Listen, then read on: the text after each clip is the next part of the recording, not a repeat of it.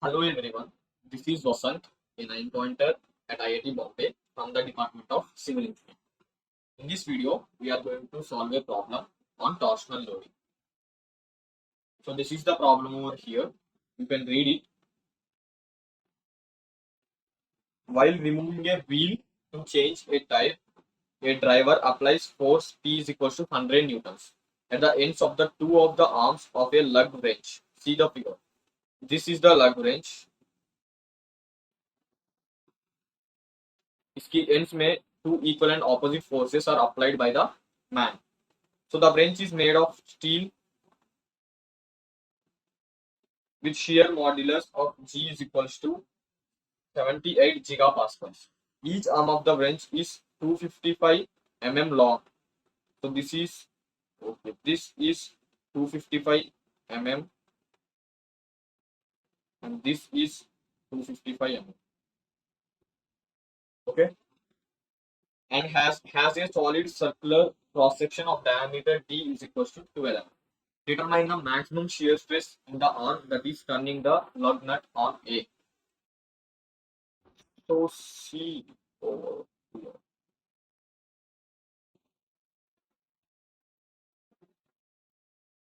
So we are applying a equal and opposite force that will create torque. So that torque value is P is equals to P into D, right? P is 100 Newton into D is 225 plus into 2. So it will be 440, 450 Newton mm. So T will be is equals to 45,000 Newton mm. Okay, right? So this is the torque value and that is acting over here. So it will act like this, right? So because it is trying to rotate like this. So the value of G is given. The value of G is 78 gigapascals. Let us move. Let us solve part A. Part A में A पूछा कि maximum shear stress in the arm that is turning the lug nut, arm A.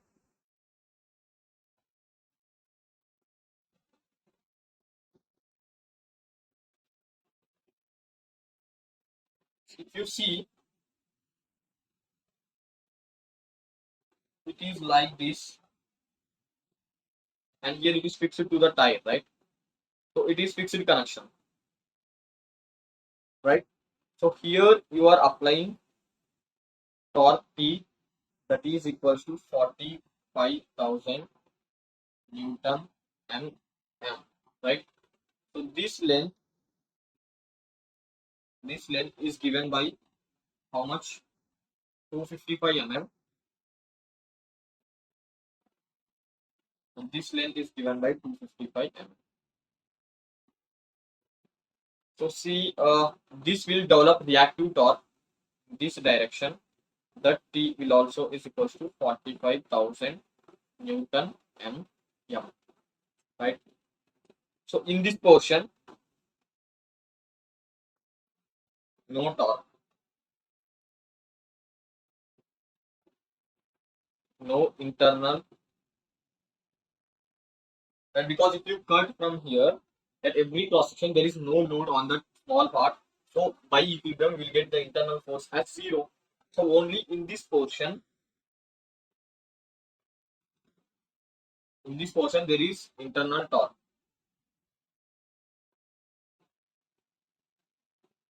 So we need to consider that portion. So that portion, if we consider,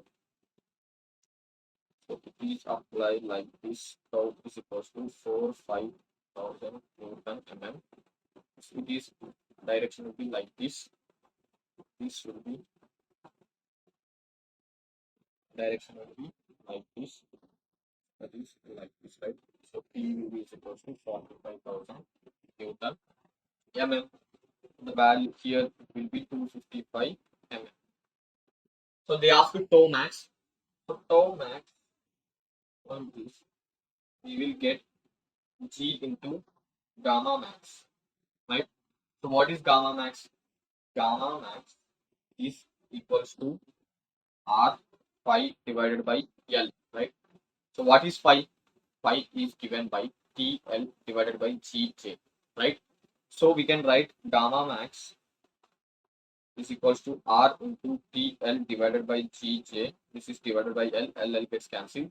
So tau max will be is equals to G into RT divided by GJ. So GG gets cancelled. We will get TR divided by GJ. So by divided by J.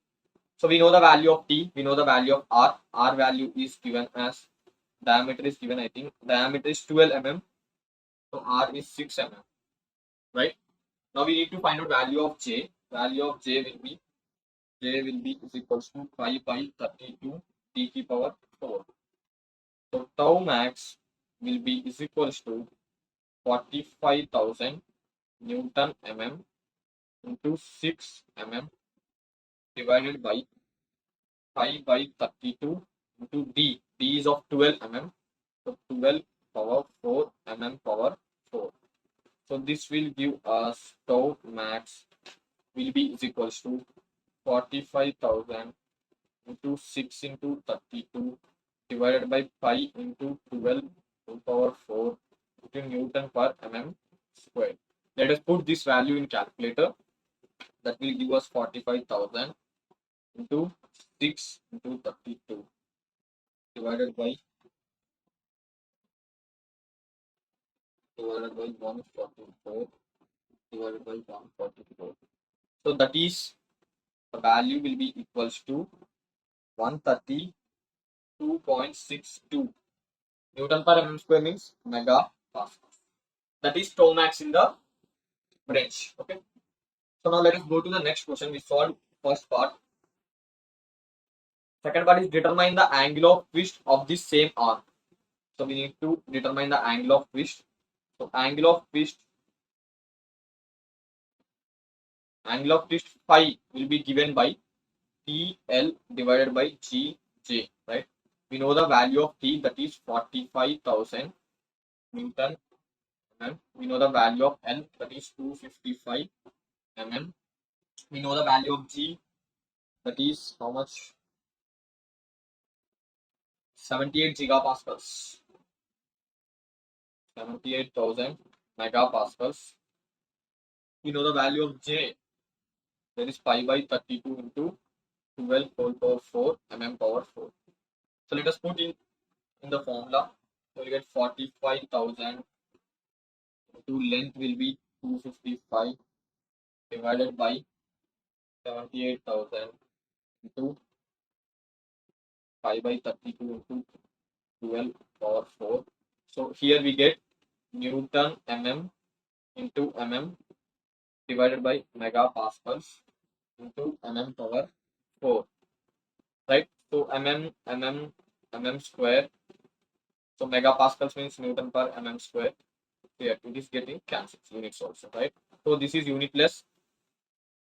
So let us put this value into calculator. We will get 45,000 into 255 into 32 divided by 78,000 divided by 5 divided by 144 divided by 144. So we are getting the value phi is equals to 0.0722266 radians, right? So let us convert it into degrees. So we already know that phi radians will be is equals to 180 degrees. So what is the value for this? 2266. So that will be 0.072266 into 180 by pi. So into 180 divided by pi. So we are getting 4.14 degrees. Okay. This is determine the angle of twist. So with this, we end today's lecture. Next lecture, we are going to solve one more problem on torsional load. Thank you.